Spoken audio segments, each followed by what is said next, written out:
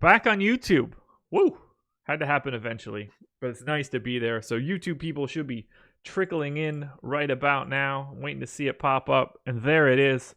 Welcome to the NBA Strategy Show, presented by Superdraft. It is Monday, February 10th. I am Josh Engelman. I am joined by Dave Loughran. 9-game slate ahead of us, and some of these games aren't fun to look at. Still got a lot of ambiguity coming out of the trade deadline. And I don't know. I've got a mustache coming in a couple weeks, I guess. Hey, they can't lose at home, though, can they? Evidently not. I didn't make that bet, unfortunately. You know, I was really disappointed. Someone that follows me on Twitter was going to find a photo and do a wonderful Photoshop of you with just a thick mustache. And he didn't come through. So very disappointed. You get for relying on people on the internet. Yeah, well, I mean, I'm not good at that. I mean, I could put a mustache on your face, but the whole idea of like removing the facial hair, I don't know how to do that crap, man. I'm not good with that. But yeah, we'll see. I'm just sitting over Raleigh here. Fingers joints all exactly. I'm just sitting over here. I'll be looking like Dutch from Red Dead. Yeah, exactly. Contemplating what I'm going to do if the end of the world is truly upon us, Josh. I know what I'm going to do. It's not shave this face. If I'm lucky. Damn Wu-Tang flu, coronavirus. I tell you what, though. This house is well protected. You know, you ain't getting in here to steal my stuff and getting out alive. Okay, I'll give you that much. But it's kind of a scary thing. You know, you look at these movies with like the apocalypse, and don't get me wrong, I'm actually not expecting that to happen. But every day I wake up, there's like 100 more diagnosed and 100 more people dead from this thing. I don't even know how to get that information. I don't know anything about it. I haven't followed literally just open up the internet. No, it's really? not on my internet. You're going to end up getting the Wu-Tang flu and be like, just a common cold and dying. You know, not going to have a mustache. They got hundreds of people quarantined on a cruise ship right now. So that's the only thing I heard, but someone told me that yesterday. Otherwise, I wouldn't have known that. Some crazy stuff, man. Yeah. Crazy stuff. And now they're saying it may not come from eating bats. It may have actually been developed in a lab. Okay, so I guess we're going to start there. It was from eating bats? That's what... Hold on. Sorry. There's a learning curve with you in news. Apparently it came from eating bats. Yes. Yeah. A disgusting practice. Who eats bats? There's no meat on bats. Dude, listen, I don't, so I couldn't tell you. There's nothing to a bat. I would imagine it's crispy. It's just like canvas, essentially. Listen, there's probably some meat in the breast region. I don't think there's a breast region. No? Admittedly, I have not held a lot of bats. Well, it's probably like, I mean, they're small, but like a bird still has a little bit of meat, right? Like a sparrow, there's something there. Well, yeah, those are birds. Right, but bats are similar, right? I don't think so. I mean, in that they both fly, sure. There's got to be a little bit of meat there. Meat on those bones. The only thing I know about bats is the bat guano and coffee. That's it. You know what else is funny? The team names for the XFL, which in my opinion was a wild success. Sunday not as good as Saturday, but I went 4-0 betting on them. We'll take that. But one of the team's name is the St. Louis Battlehawks. What a terrible name. What a horrible name, right? They sound randomly generated, like if you expanded your league in Madden. Exactly. The St. Louis Battlehawks. Great job. Great job. Well, to be fair, Vince McMahon is terrible at creating gimmicks, so it's no surprise to me that he would be garbage at creating team gimmicks as well. Very fair point. Some fun football, though. Like I enjoyed it. Would you eat an omelet with bat meat in it if you were able to put ketchup on it? Do I know that the bat is not infected? I mean, I'm not trying to lead you into this Bats carry rabies. I don't want to get the coronavirus. Let's just assume this is high grade bat meat. Okay, well, you can't throw that question at me and expect me to just hit you with an immediate answer. I mean, there's some prerequisites there. Okay, so you're just saying like it's bat meat. I don't have to worry about coming down with something. Would I do chicken it? of the sky, chicken of the cave? Is that what they call it in Anchorman? Chicken of the rocks, yeah. Chicken of the cave. Sure. Yeah, why not? Because the ketchup would drown out the taste of the bat and the eggs. How do we know the bat doesn't taste good? We don't. I would eat bat. I mean, maybe not now that you're telling me how wildly unhealthy it is. I'm willing to try anything, man. So yeah, I would do it. I might not need ketchup. Maybe a little A1. Okay, now we're talking. Right? That's a A1 real peppercorn. Yeah, might not be the worst idea. Regular A1. I like the peppercorn. Anything with the flavor of anchovy, I'm in. What, A1 has flavor of anchovy in it? Predominant ingredient. Is that right? Yeah. That's why it tastes so good. I believe that. That's why it tastes so good. Really? Yeah, for real. It's not just like a special barbecue sauce? No. Trust me. Huh. Yeah. I don't lie about anchovies, man. A1 includes tomato puree, raisin paste, distilled vinegar, corn syrup, crushed orange puree, dry spiced celery, caramel colored potassium. No? Not seeing it. Really? What am I thinking of? Oh, hold on. My mom remembers. No, A1 never had anchovies in it. That's Worcestershire sauce that has anchovies in it. A1 has raisins in it. You were in the same family, though. Okay. I knew it was one of like the steak sauce type joints. Anyway. So anyway, if the end of the world is coming, we're glad to have you with us on this Monday morning. Yeah, and don't go anywhere. On the off chance it doesn't happen, your best bet is to go to superdraft.io and use the promo code AWESEMO. Get yourself $20 in super cash on your first $100 deposit. You don't have to worry about salaries here. You can roster whoever you want. Doesn't matter at all. Whenever. You can grab all of the studs. I've got Superdraft open right now. They are running their 20K jump shot, 4K to first today. 1,933 people. We need to get that bad boy filled. So I'm going to dig into Superdraft today on my office hours. Coming up at 1 o'clock, we're going to take a look at the odds of someone finishing with a top 7 score. Since we don't have to worry about salaries, we can model that out pretty well. So that's going to be the task today for office hours. That's behind the paywall. So if you are not a member of the site, go to awesemo.com/join. Use the promo code NBA Strategy. One big word. Get yourself 50% off your first week. You can get access to everything, man. We're killing it for every single sport at this point.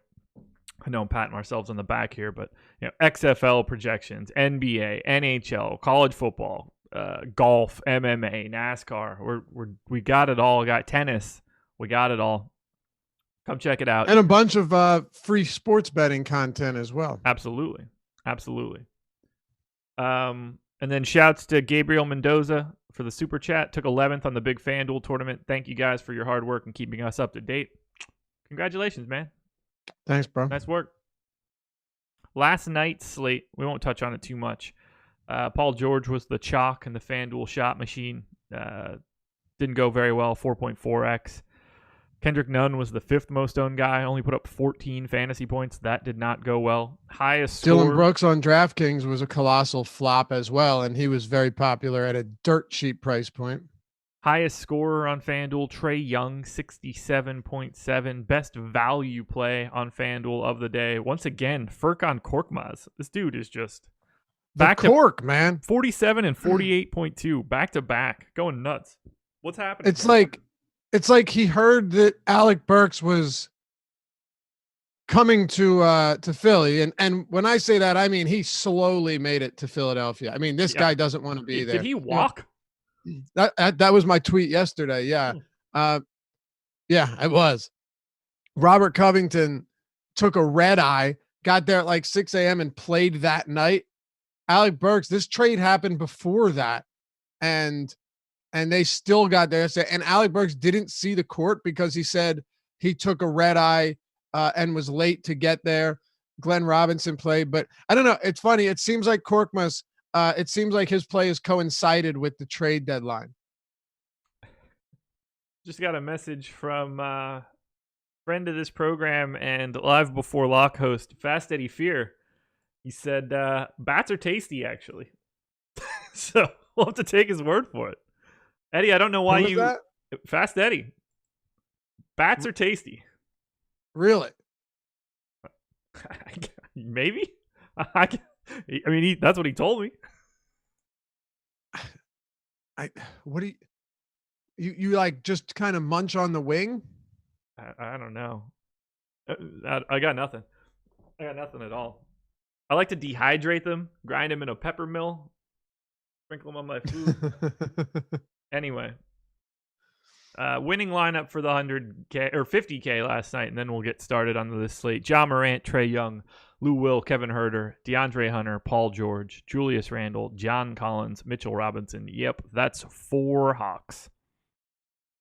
That's insane. It is very insane. There's a fair amount. There's a fair amount of torso meat. Okay. Wait, they don't have a torso. What Apparently do you mean? they do. He said, "I've had." They got opposable thumbs too. He's had them in East Africa. Fruit bats are fairly big there. Really?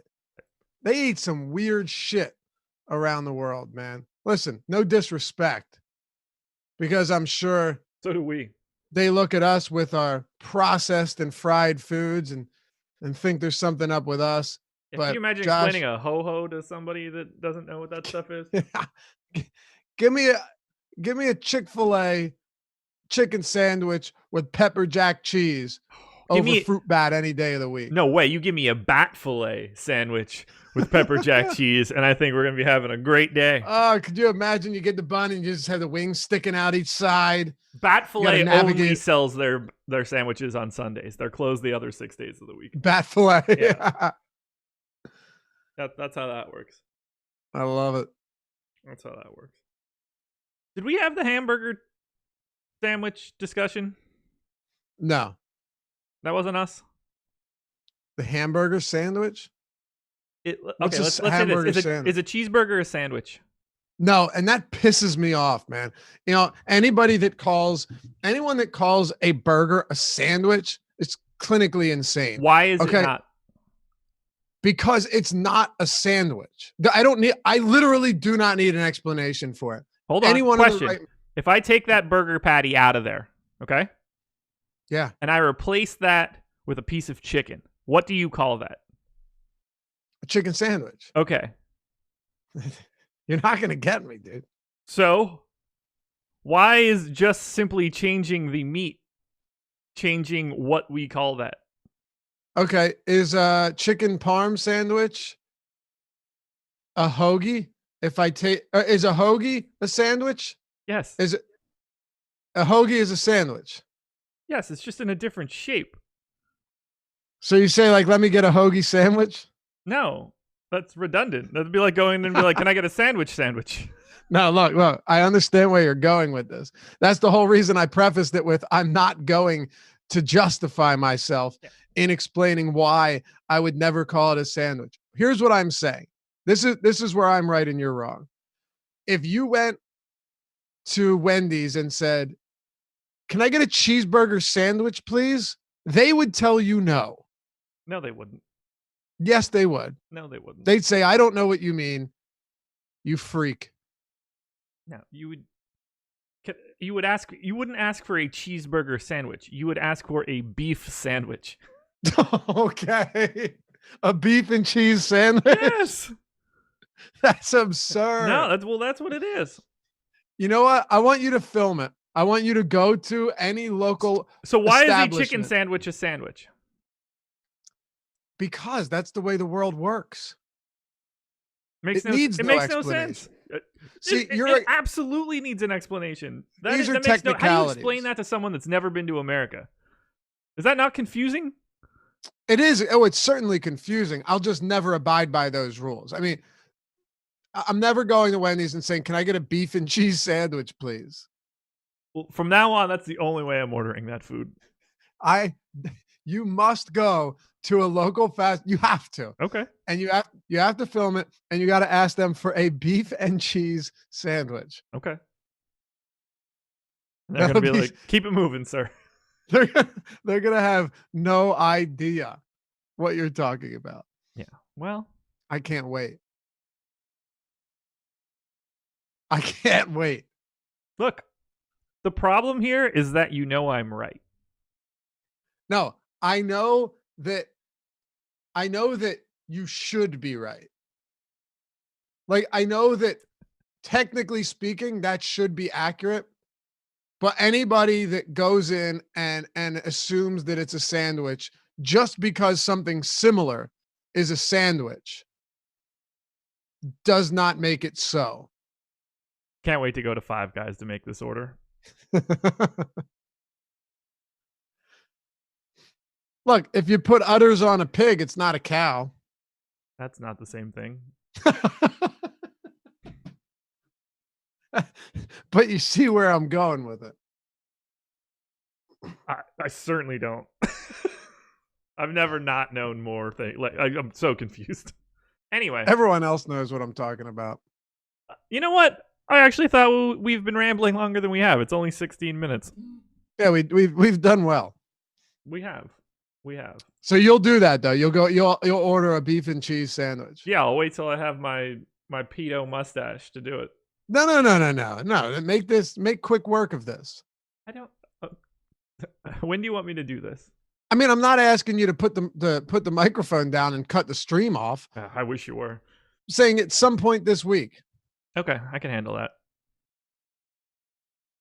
I can go. And if they know what you're talking, we could set up some parameters where if they know what you're talking about, we could.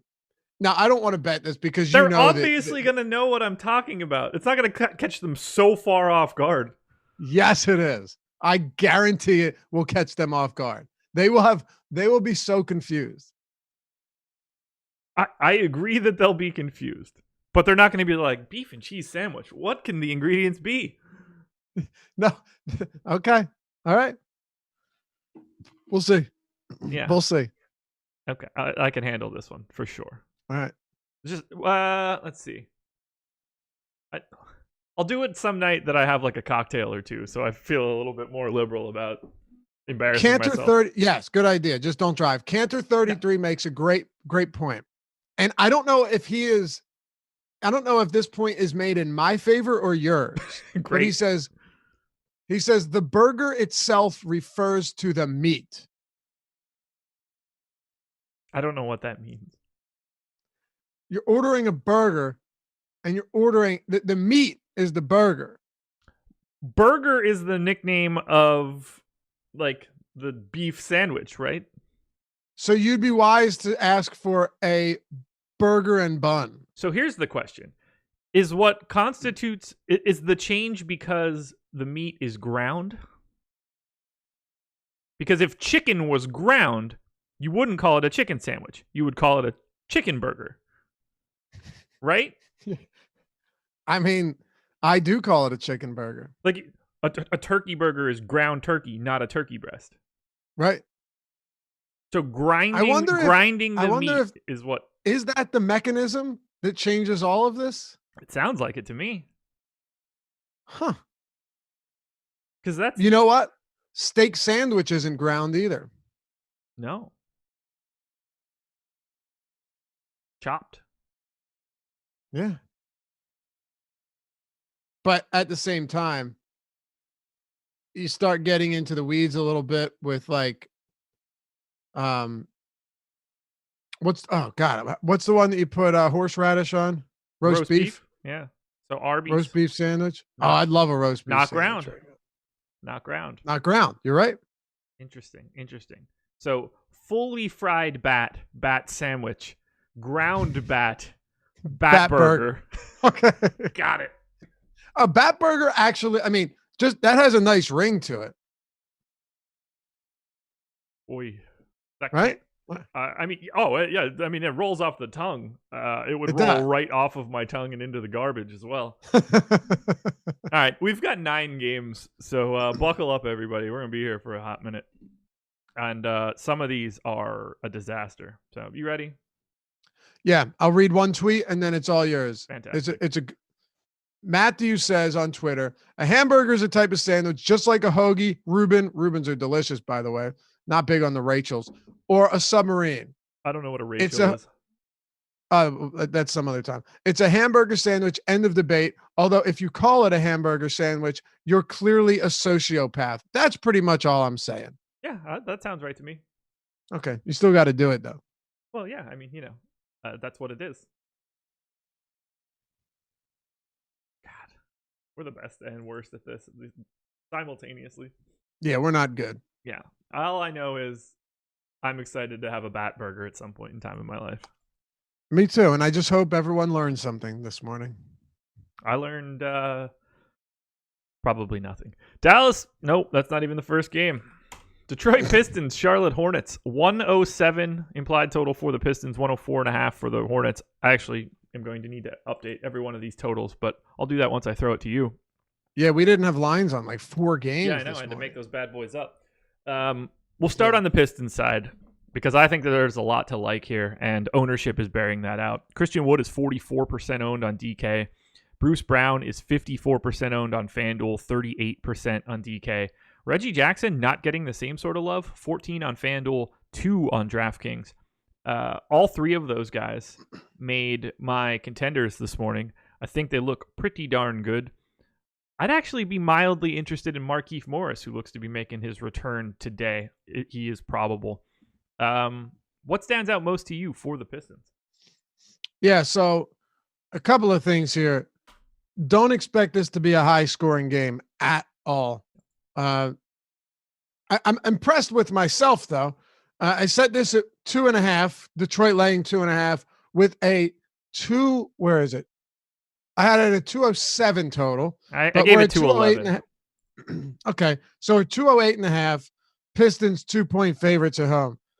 It's going to be a low-scoring game. I mean, there isn't much to convince me otherwise at all. But oddly enough, Detroit and Charlotte have been like 2 of the teams that have gone over the total most this season, which probably makes sense just because they're always set so unbelievably low.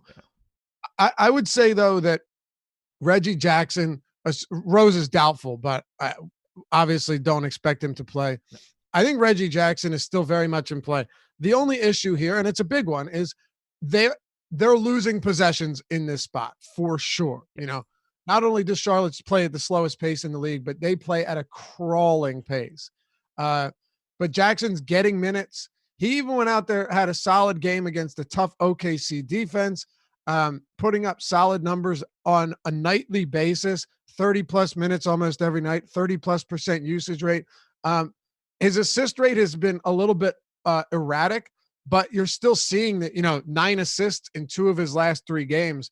I'm a fan of Reggie Jackson today. I don't think he's wildly overpriced. I mean, sure, we'd love him at 4,900 still, but you're getting a 28% usage rate. Sorry, I said 30, and a 30% assist rate. Solid enough numbers, in my opinion. As far as the rest of the team goes, Markieff Morris returns to action today. He was out for what felt like an extended period of time with that illness. Yeah. Hopefully it wasn't the Wu-Tang flu. And John Henson returned or made his debut last game.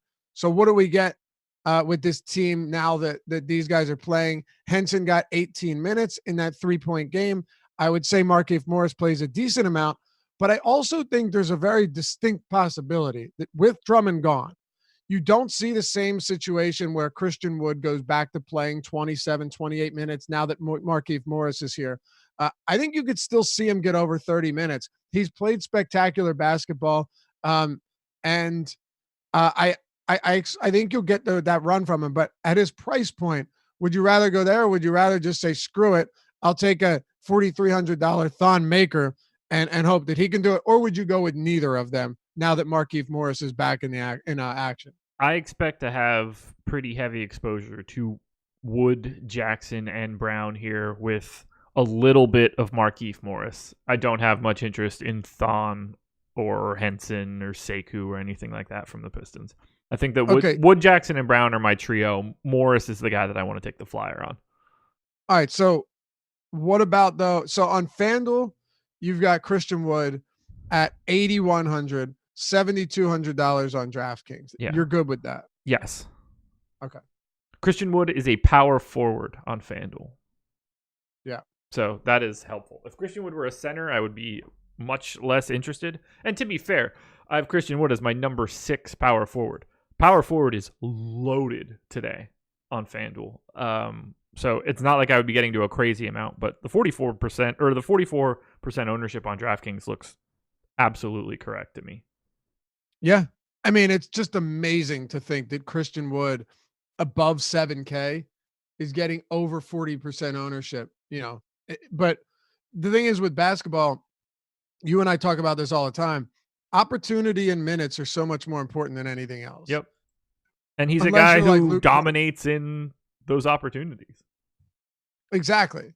And, some guys that might be cheap don't dominate in those opportunities, but they're getting enough of them. At center, you're playing close enough to the basket to make it worthwhile. But in Christian Wood's case, he's always been a very talented per minute guy.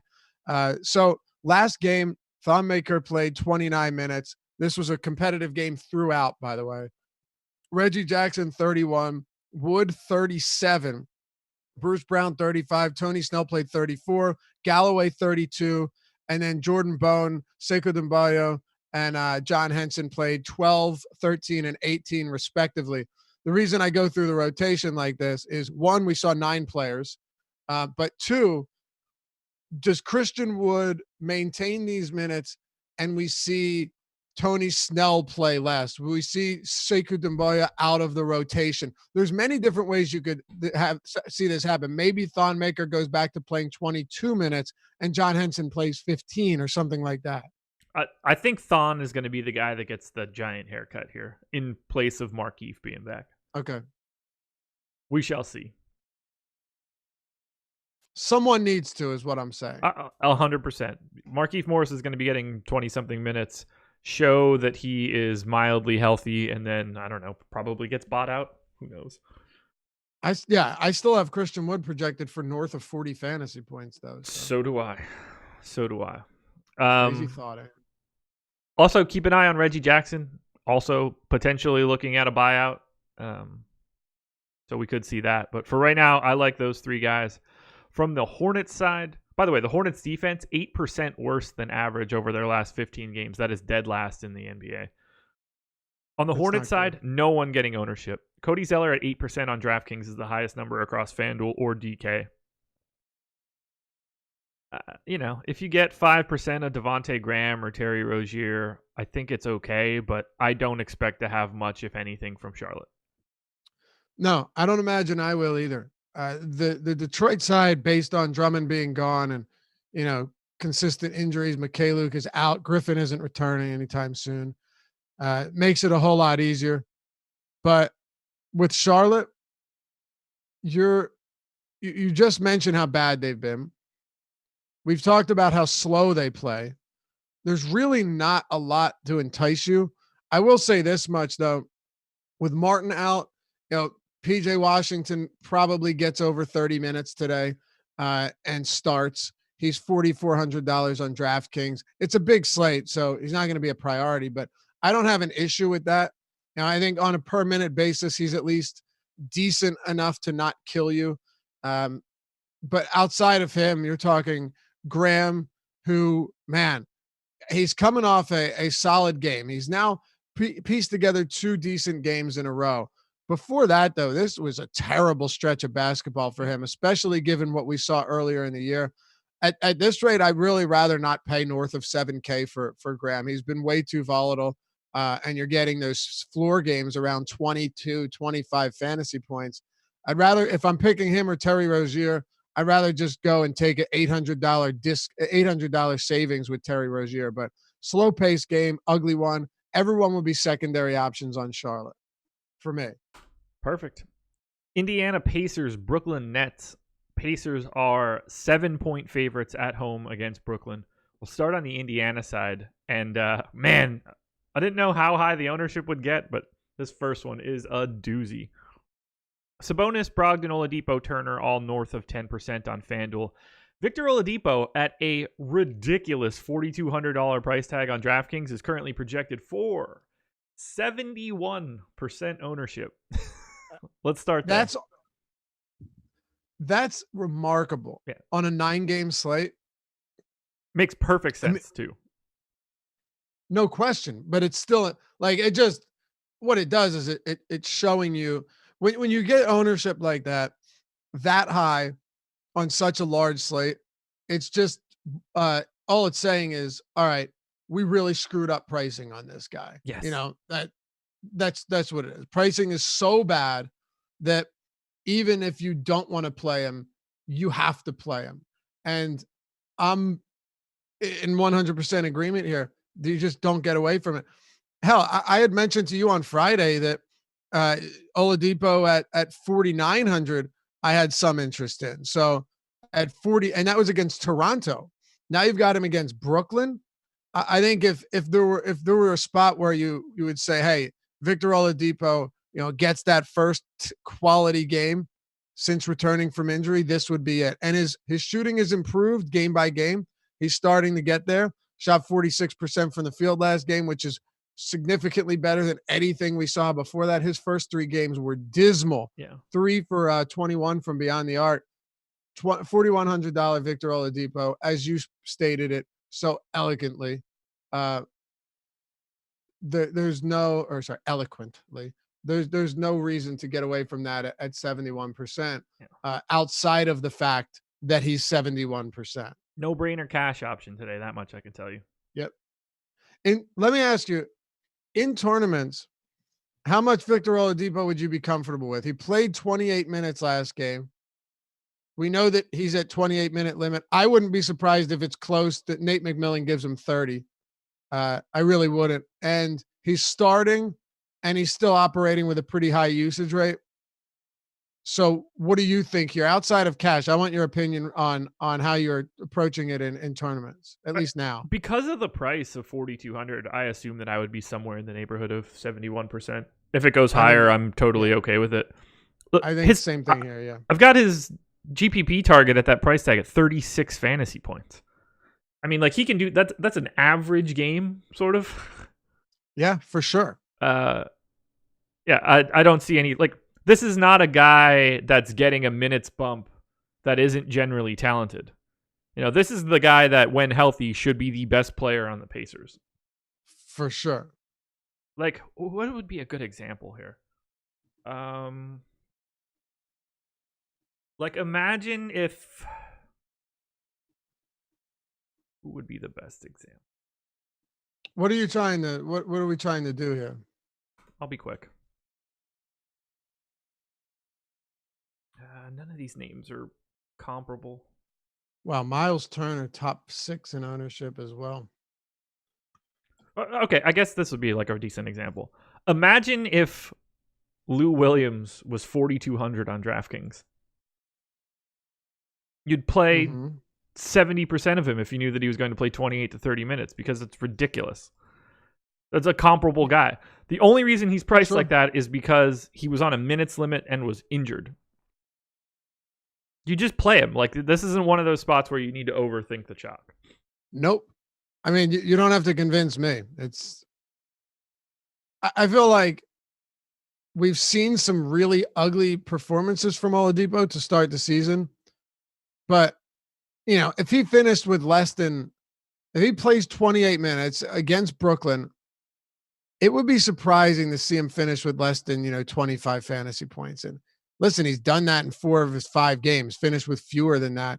His assist total and his potential assists are really down. He hasn't really rebounded at all. So I don't know. I guess the one question I have about Oladipo, and this is in no way me trying to this is in no way me trying to keep I'm not trying to say not to play Oladipo at all. That's not it. But with this offense now, right? Because He's never had to play with as many good players. With Brogdon running the point, with Sabonis being a great player and actually capable passing big man, are we going to have to worry that Oladipo is going to be a very much scoring dependent guard far more than he was in the past? Probably. I mean, I don't think it's going to be like a night and day change for him, but he's certainly going to see a little bit different of a role. Also, you need to go to Slack and look at the picture that just got posted at NBA. Yeah, like I think his role is going to change. Oh, sure. That's awesome. Kudos to Travi on that one. Thanks, Travi. That's awesome, man. I've been waiting for that. That is so good. Oh, it says pray for the Sixers, Josh. Yeah, that's good. That's so good. Okay. That's so good. So we're both in agreement. Oladipo is a no-brainer on DK. Yeah. Myles Turner at 28% on DraftKings right now. Brogdon at 25 on FanDuel. Sabonis 23 on FanDuel. How you feeling about the rest of the Pacers here? Slight pace up spot. Brooklyn, nothing special defensively. I like Sabonis a little bit on FanDuel, but he's still only my number 4 power forward. Fine with Turner as well. I'm expecting to have some of these guys, but nothing near Oladipo level. Yeah, I mean, I'm just not enthusiastic here about anyone. And I get that ownership is up there, but Myles Turner, 0.92 DraftKings points per minute this season, not bad. You know, that's serviceable, but it's not great when your minutes have been all over the place. You know, I would project him for north of 30, but sometimes it's tough to see where those are going to come in at. 5,100 on DraftKings is very reasonable. But I guess the simplest way to put it, unlike Oladipo, with that ownership saying you probably just have to match it, Myles Turner right now is a top 6 projected owned player on DraftKings, not at his position. Overall, is something that I have really no issues getting away from. Can it happen that not having Myles Turner is your demise?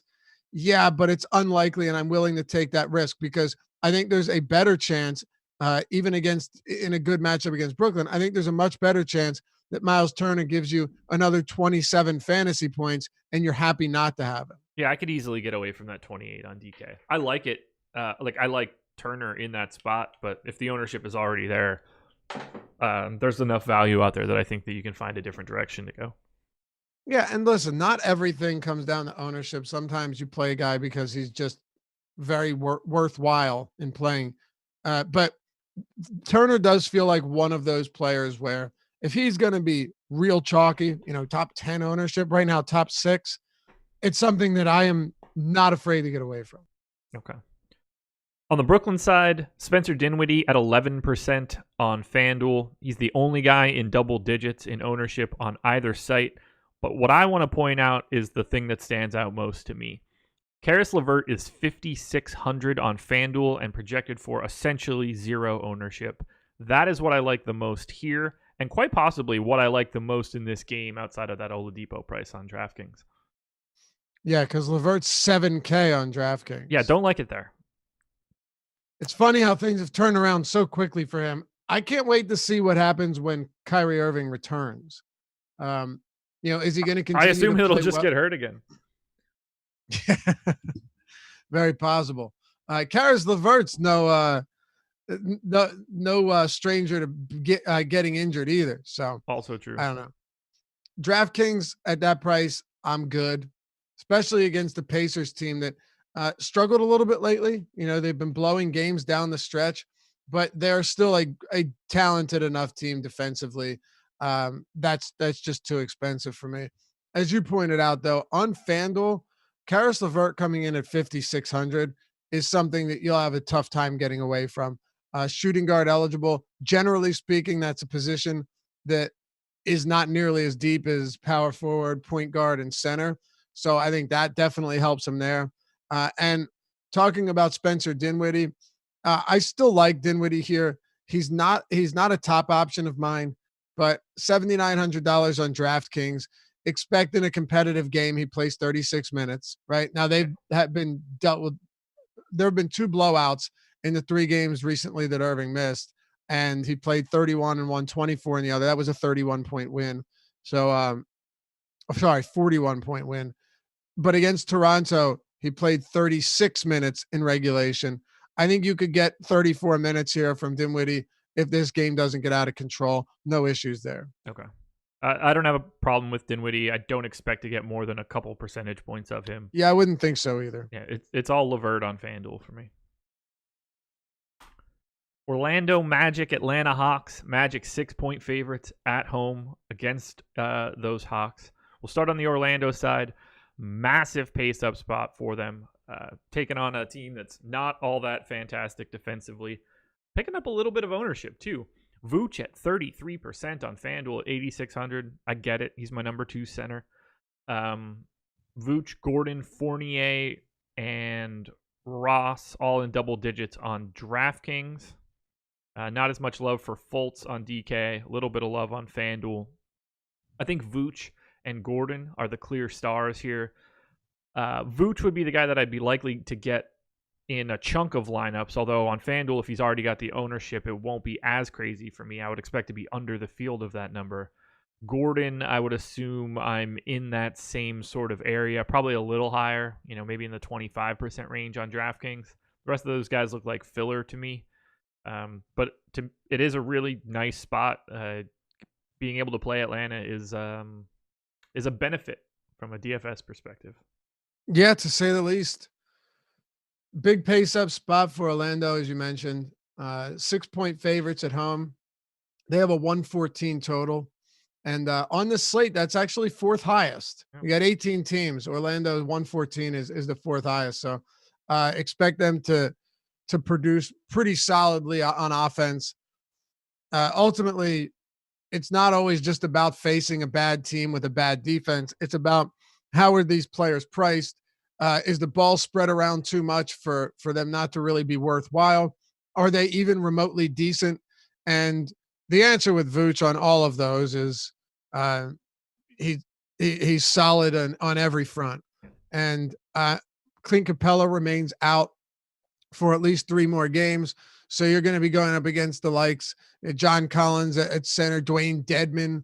I don't know if it's going to be Damian Jones or Bruno Fernando, but as you can see, that doesn't matter. I do like Vooch quite a bit. Where do you have him ranked at center? Number 2 on FanDuel. Take a look on DK. DraftKings 9. 9? Yeah. Yeah, I was going to say, I ran an initial crunch earlier this morning, and he was my 5th highest owned center, around 16%, which seems okay. Seems right. I like getting to the Vooch, Gordon, Fournier, Ross. Well, Vooch, Gordon, Fournier trio would be the guys that I'm going to rotate through the most.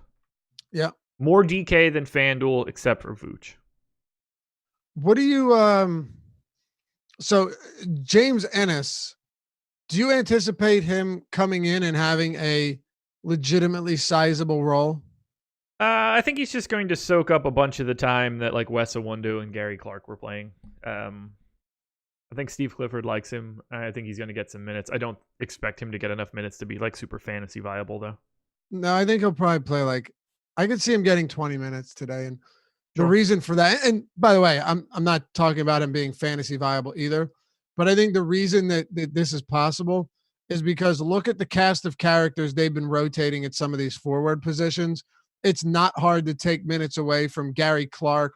It's not hard to take minutes away from, Wes Iwundu, which is why I actually wouldn't be shocked if Ennis jumped into a significant role, like 25 plus minutes. It wouldn't shock me, but not any confidence there. He's not a good per minute guy, but it will be interesting to see because if he plays 30 minutes and he's minimum salary next game, not the craziest idea. Not at all.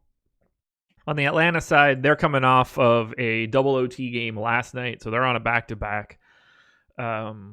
They played 5 guys ridiculous amounts of minutes last night and then played a very, very narrow rotation. So I don't know how that's going to shake up. Speaking of 5 guys, that's where you should go to make this order because their shit is delicious. It's wildly overpriced, but it's worth everybody. They have the best beef and cheese sandwiches going. It is solid, isn't it? It is solid. Someone tweeted us an image of a drive-through saying it says meal or sandwich only, and that might be your best defense.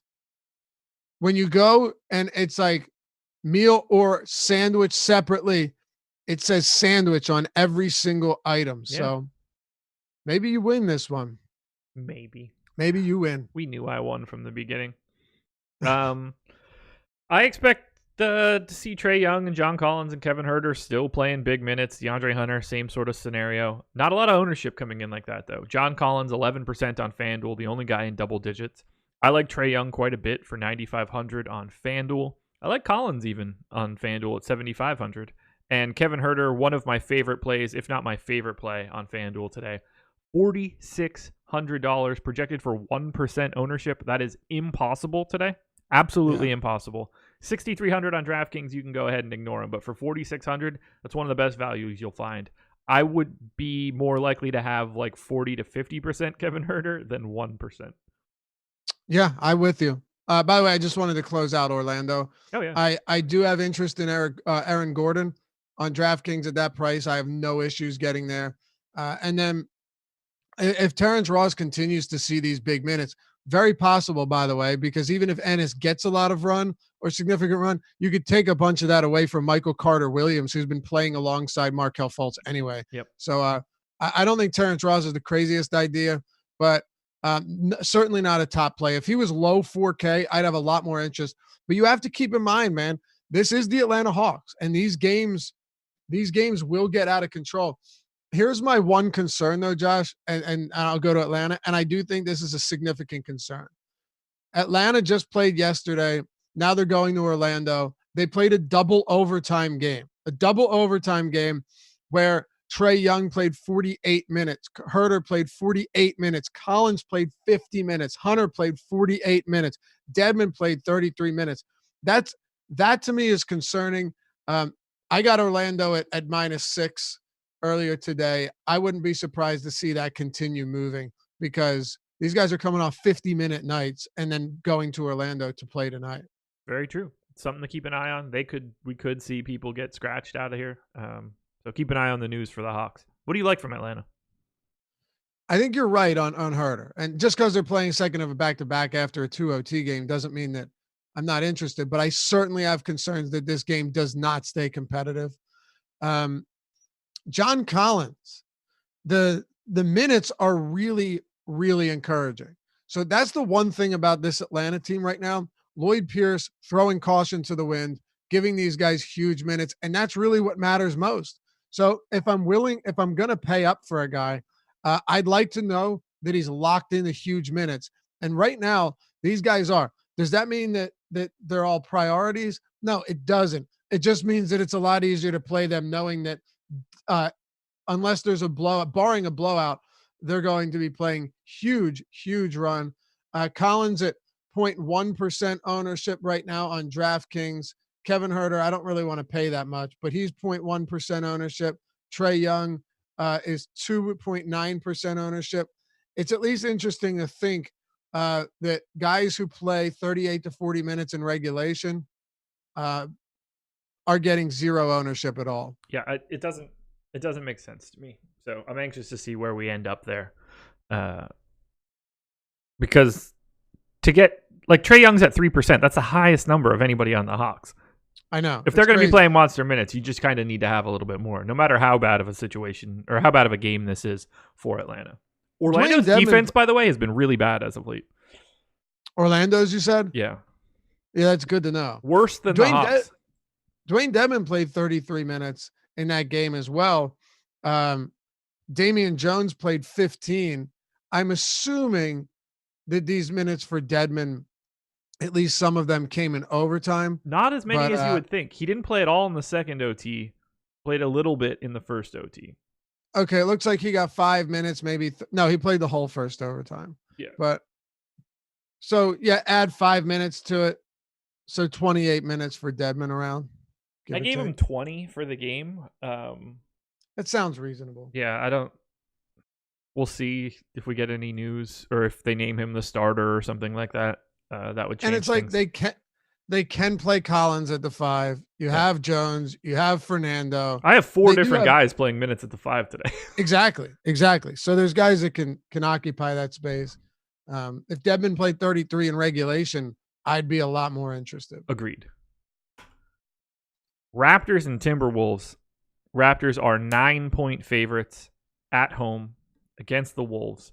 Kyle Lowry, questionable. I have him in for right now. Serge Ibaka, projected for roughly 30% ownership. Siakam and Van Vliet getting a little bit of love on FanDuel. I like Ibaka quite a bit. There's a pace-up spot for Toronto. Minnesota's defense is fixing to get a lot worse now that they've gotten rid of Robert Covington and added D'Angelo Russell. And in theory, lost Gorgie Jang, but that's neither here nor there. I want to get some of Toronto today. Ibaka is an obvious one, and the ownership's already there. I like Van Vliet a lot on FanDuel. He's my number 3 point guard. If Lowry plays, I don't expect him to get a ton of ownership. I don't mind going there against Minnesota. Siakam is just sort of a guy that I'm okay with ending up with. Terrence Davis's minutes have been crazy lately. I'm not getting to him as much as I would have thought. But if he's unowned, that's not the worst idea in the world. Ultimately, I just like getting to Toronto with their, tied for second in implied total against a Minnesota team that I think is about to get significantly worse defensively. Yeah, and significantly better offensively. Yep, absolutely. So I mean, I guess it's a give and take scenario here. Oh, I mean, for Minnesota, it's a different story. But from a DFS perspective, this is a benefit to teams playing Minnesota. Right. Oh, absolutely. No question about it. Robert Covington this season, by the way, with Minnesota, the defensive rating was actually 4 points per 100 possessions worse with him on the floor. So I don't know. Take it for what it's worth. Their offense was also 10 points better with him on the floor. I don't know, man. The world's upside down. But ultimately, yes, the defense definitely gets worse with him off the court. There's no denying that. I mean, yeah. So if we're talking about Toronto here, Terrence Davis. Well, first of all, do you have Kyle Lowry in? I do right now. You do. Okay. So I don't know if he's going to play. He's dealing with that neck injury. They're 10-point favorites, right? All of that leads me to believe that we could at least see him sit, but that's pure speculation at this point. I honestly don't know. They have a 118.5 implied total. They're 9-point favorites now. That's interesting because I thought it opened at 10. Either way, Terrence Davis in this particular spot should continue to see big minutes. Norman Powell went out and he started getting extended run. But what's also interesting is that Kyle Lowry had been playing in all of those games. And then last game, he ended up sitting, and Terrence Davis got a few additional minutes, ended up playing 30 minutes. Yeah. So his price has come up a little bit, but this is a spectacular matchup, as you rightfully pointed out. And he's been producing recently with the playing time that he's been given. I don't actually have an issue with Terrence Davis. I would like Lowry to be out, though, for a few reasons. Now, if Terrence Davis is operating with if he is playing with the bench unit a lot, Kyle Lowry's one other person that you have to worry about sharing the ball with. It opens things up a little bit more. Do you think Terrence Davis is viable today? Because for me, it's if Lowry's out, I actually do have interest in him. I'm going to have a little bit of him even if Lowry is in. I have him in for 26 minutes right now. I don't mind 4,400 on FanDuel. 4,800 has him ranked as my number 31 guy. That'll probably give me like 5 to 10%. And I like that as a flyer for a guy that's not picking up any ownership. Yeah, it's not crazy at all. The rest of Toronto, just by the way, pulling up ownership here. You got Serge Ibaka right now, who is projected to be very popular. And I don't have a problem with that. Specifically on DraftKings, he's weighing in at 6,500. Initially, when I crunched, I got a decent amount of Serge Ibaka. It's unfortunate that he's only center eligible. Yeah. You know, if he had multi-position eligibility, that would make life easier for all of us. But you know, getting big minutes, assuming the game stays close, you're probably getting 33, 34 minutes from Ibaka in a good matchup against someone in Karl Anthony Towns who is completely offensively oriented. Defensively, he does not care. And if he does care, he certainly doesn't show it. So I get the ownership on Serge Ibaka. I actually like him a lot today. Yeah, I think it's hard not to. The pace increase here, Raptors are gaining north of 4 possessions over their normal averages. That's a massive pace increase. I got him in for 31 minutes. Wouldn't shock me if he played more if this was a competitive game. Price tag looks good. He's like 1.1-ish fantasy point per minute guy. No reason to get away from him, in my opinion. 1.5x multiplier on Superdraft as well. Oh, very nice. Yeah. Superdraft. On the Wolves side, I have Russell in. How are you treating that right now? By the way, projecting this team is ridiculous. Absolutely, positively ridiculous. I had to add rows to my sheet. They have played 22 different guys in the past 30 days. Is that right? Yeah. Karl Anthony Towns, Wiggins, Covington, Beasley, Napier, Culver, Hernan Gomez, Okogie, McLaughlin, Teague, Johnson, Bates-Diop, Crabbe, Martin, Jeng, Graham, Noel, Reed, Vonleh, Jordan Bell, Jacob Evans, Jared Vanderbilt. Dude, they all have ridiculously short names. Yes, they do. And half of those guys are no longer on the team. That's crazy. Yeah. But it's all like 4 or 5 letter names outside of a couple. Yeah. Even Bates-Diop is 4 hyphen 4. Yeah.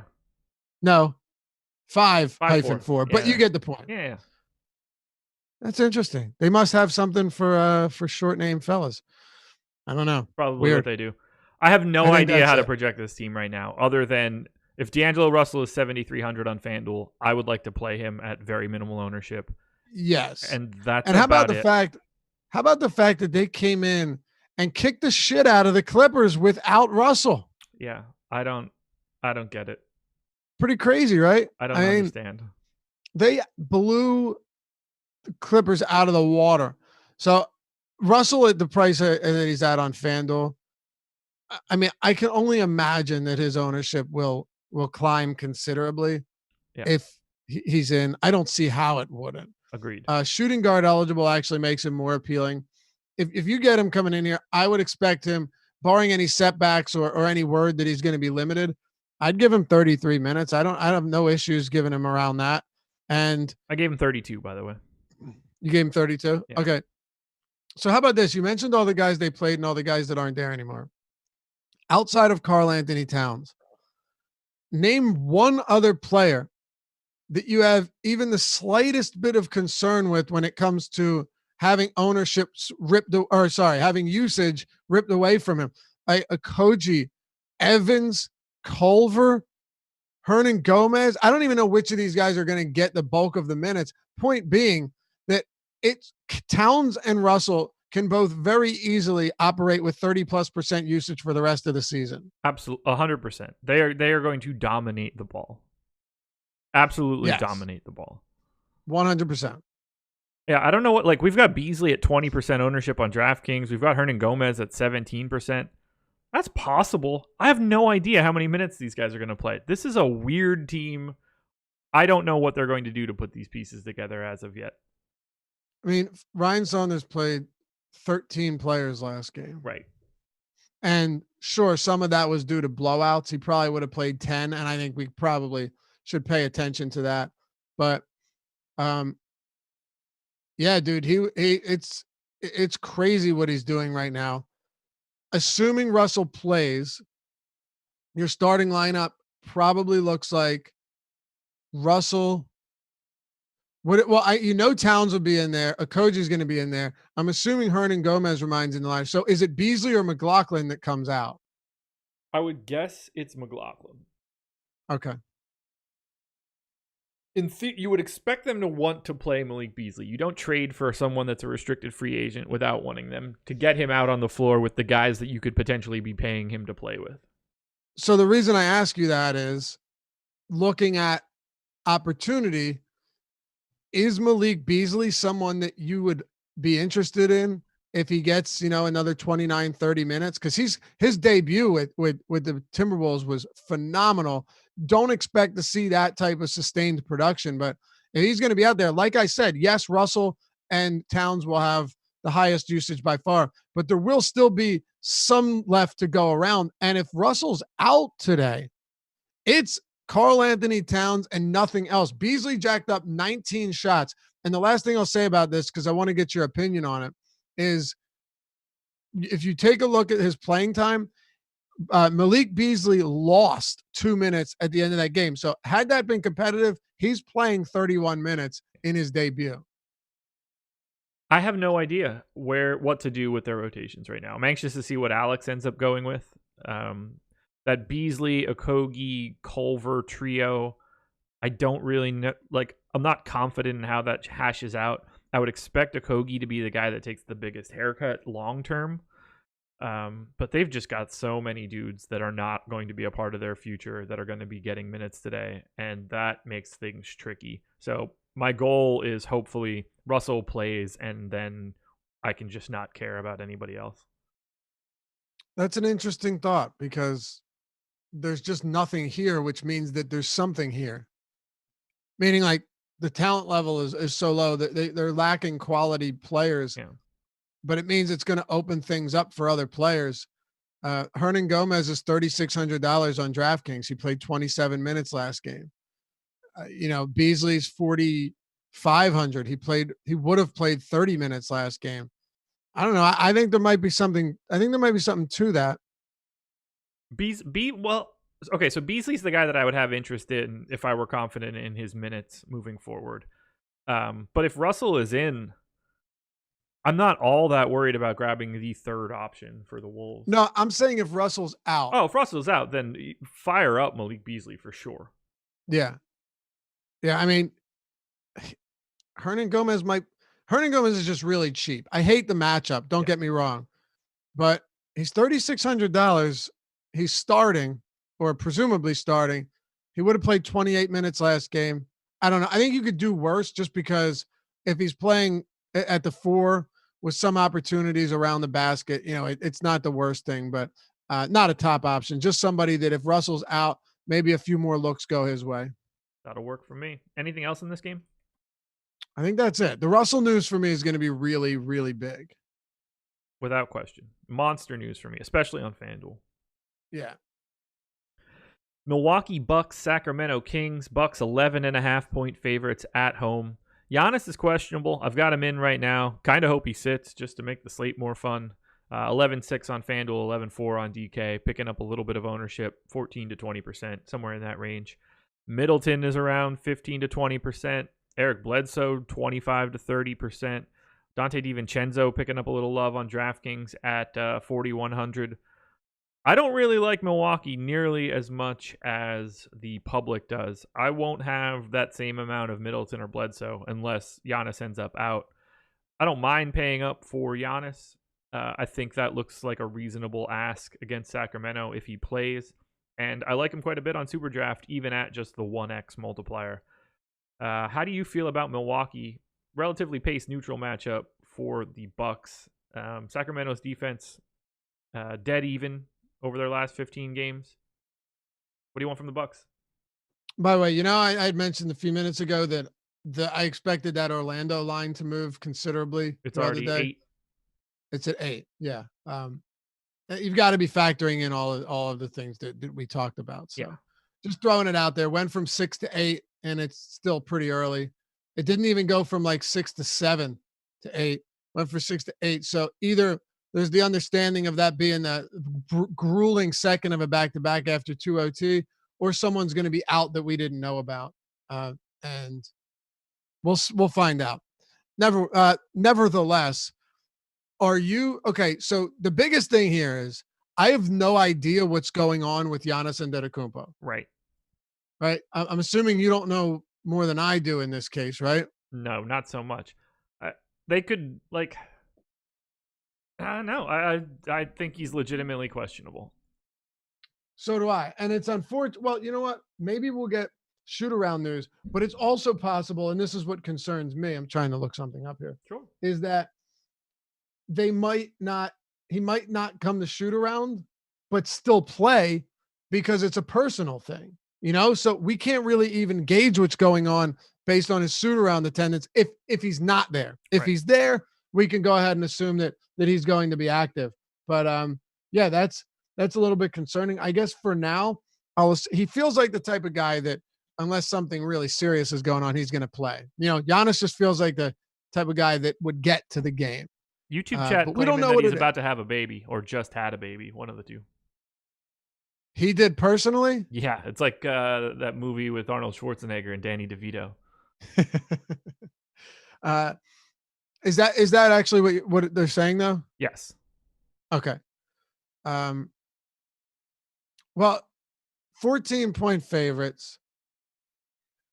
I can't say I'm really excited about anyone from Milwaukee. No.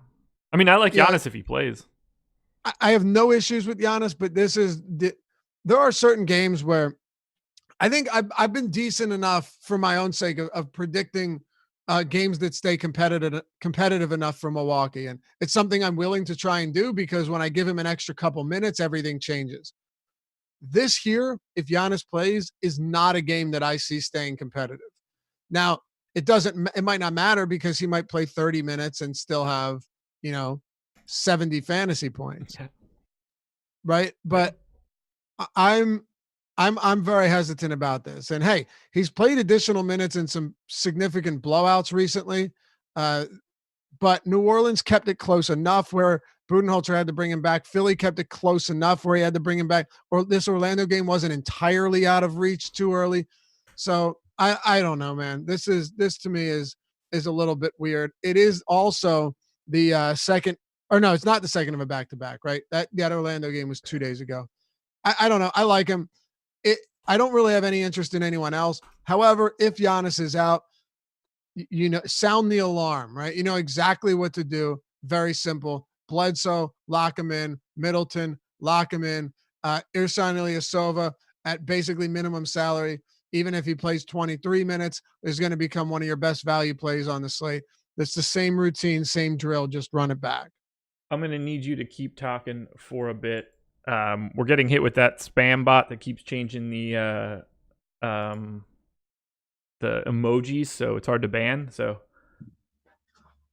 I'm hustling to block that keyword so that I can save us some incredible hassle.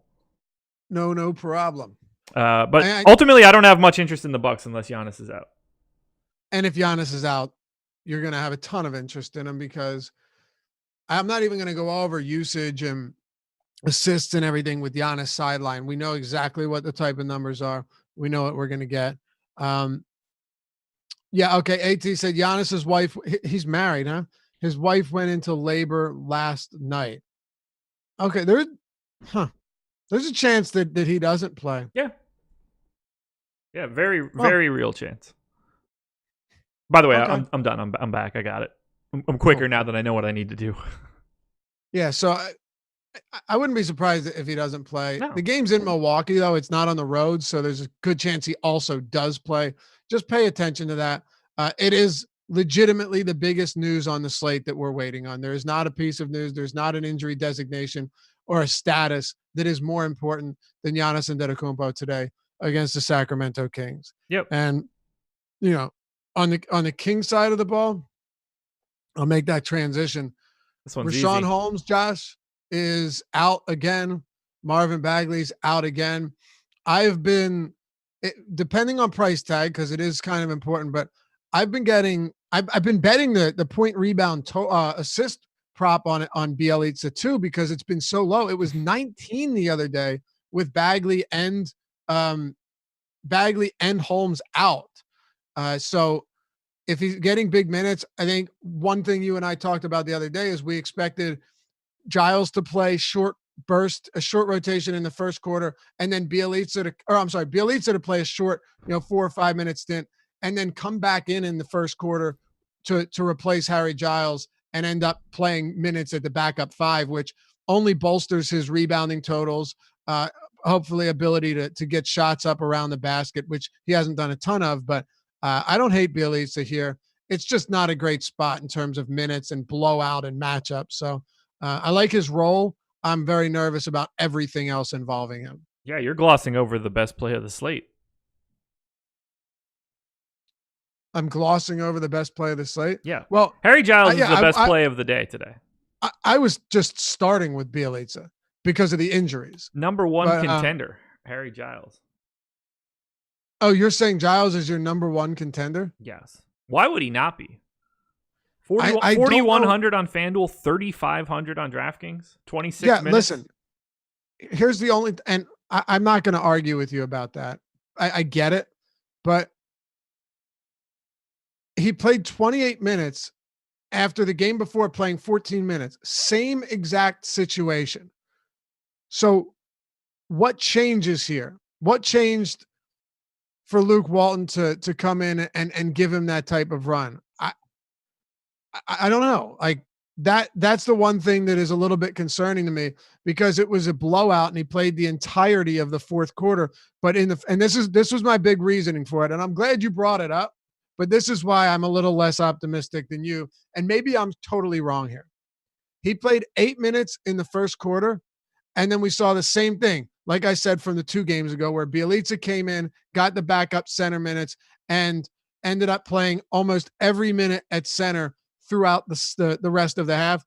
Harry Giles did not play again in the first half. Yeah. And then he came back, had that same rotation in the first quarter or third quarter that he did in the first. So that would have put him around 15 minutes, and then played the entire fourth quarter. That something seems wrong about that, given that Corey Joseph played the whole fourth. Kent Bazemore played the whole fourth, right? Buddy Hield played the whole fourth. All guys off of the bench.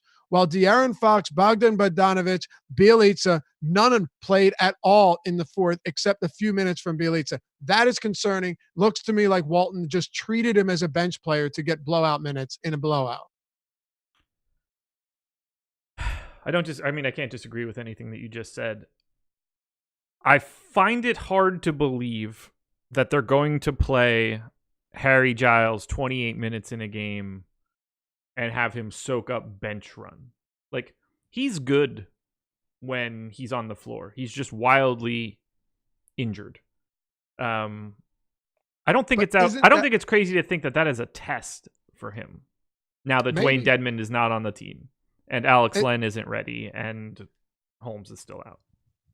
It is possible. I guess the big concern to me, though, and I'll just restate this, Fox didn't play in the fourth. Bogdanovic didn't play in the fourth. Bielitsa played 2 minutes in the fourth. These guys are your, 1, 2, and 3, arguably your 1, 2, and 3 players on this basketball team. None of them got any run in the fourth quarter. Sure. And I'll explain why, by the way. This was a close game. The Spurs actually took the lead, interestingly enough, midway through the third quarter. And this, I'm just speculating, Josh, but the numbers, the way it flows to me was a little bit concerning. Took the lead, went up by 6, and then the bench came in, right? Bielitsa finished the quarter, but Buddy Hield, Bazemore, Joseph, Yogi Ferrell were out there with Bielitsa. They all came out and basically finished this game off and ran away with it. They kept producing. I think he just stuck with the bench unit. So I don't know. I don't know. It's weird that Harry Giles played his normal first and third quarter rotation, didn't play the second, and played the whole fourth. So I guess we'll find out. If you're right about this, you're going to be in good shape. We haven't projected at no ownership right now. So I don't even care if I'm right. I'd rather just play it regardless.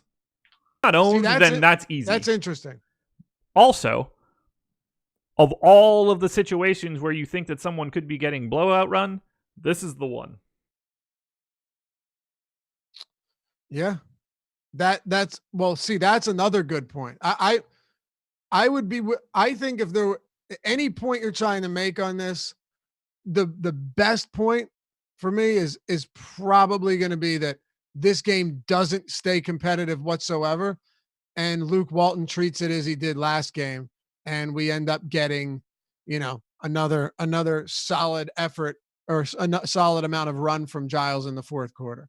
But I'm just not as confident that rotation meant anything in the grand scheme of things. That's ultimately where I'm at. No, I hear you there.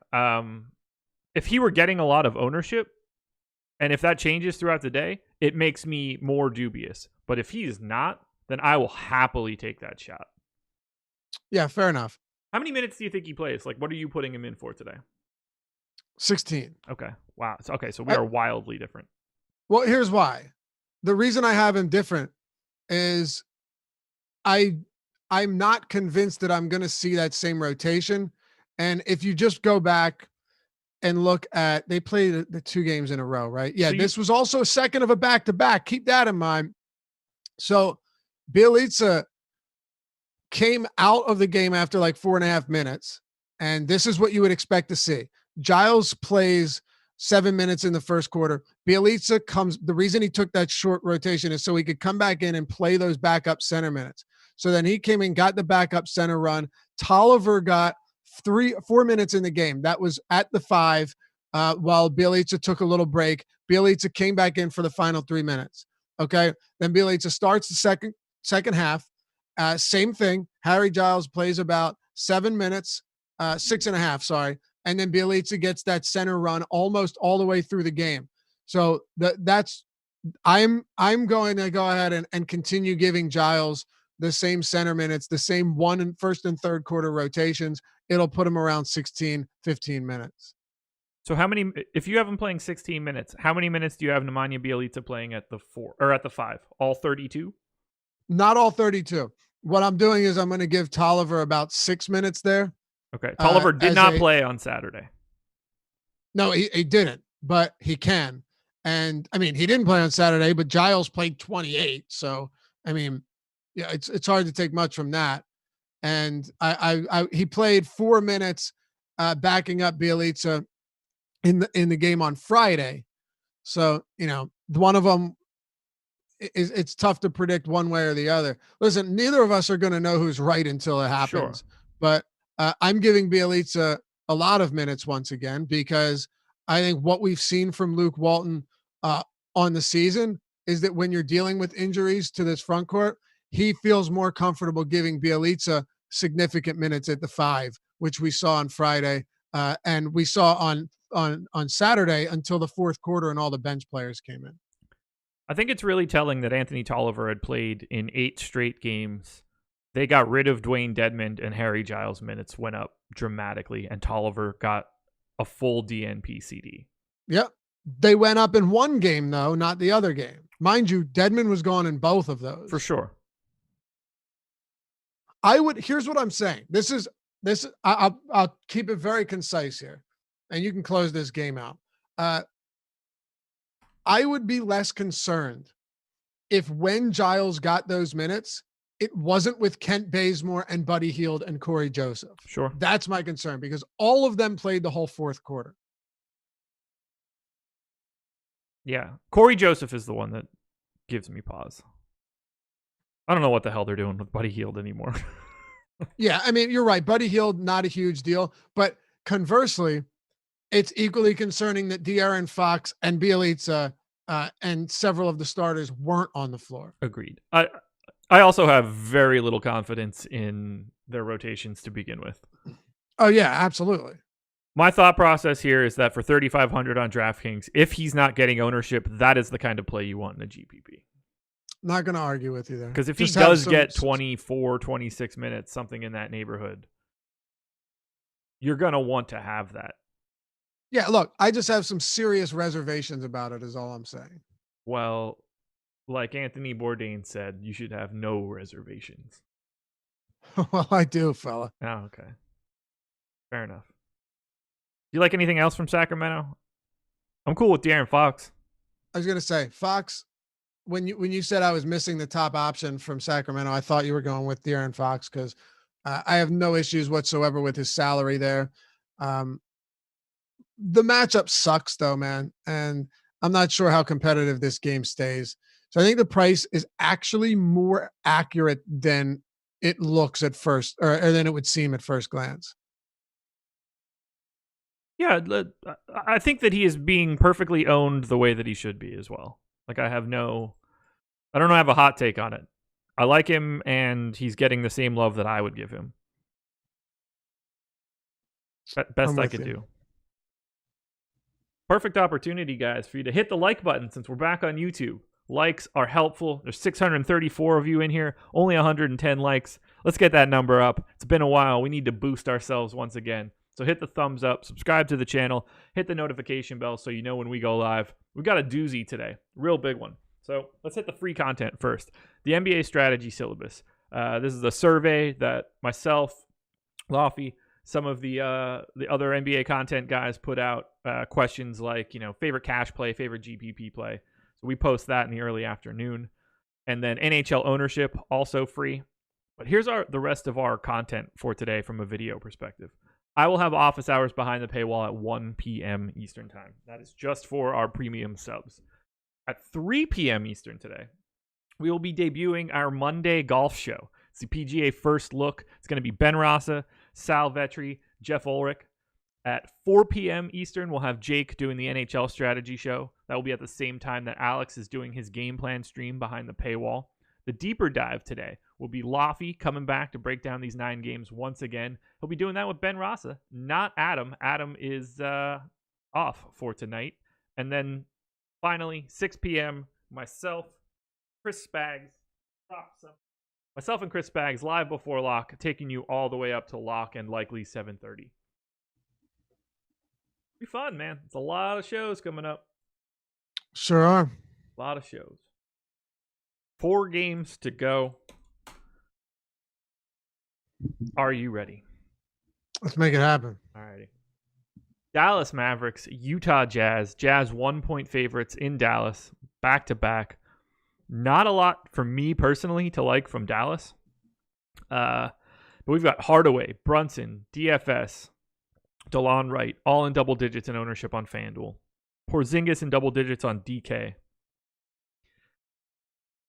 I have Kristaps Porzingis ranked 43rd on DraftKings. I like him quite a bit at a 1.35 multiplier on Superdraft. That would be my favorite place to play anything from the Mavs. But ultimately, I don't expect to have anything from Dallas here. What do you want to do with the Mavs? Nothing, huh? No, Porzingis ranked 43rd. Hardaway and Brunson and DFS on FanDuel are all ranked like 8th or 9th at their position. It's just not for me. Oh, man. Is that just on FanDuel or DraftKings too? None of those guys that I just mentioned are even in my player pool on DraftKings. Really? Yeah. All right. So let me pose this question to you. Pose it. This is more enjoyable where we have some differences of opinions and we can really break them all down and work through it, because you're going to tell me things that I didn't notice and I'm going to tell you things that you didn't notice. And usually there's some type of middle ground that we find. Yeah. So in these 4 games that Doncic has been out, Porzingis is averaging 1.69 DraftKings points per minute. An absurd amount of production from the unicorn. Is this a difficult matchup?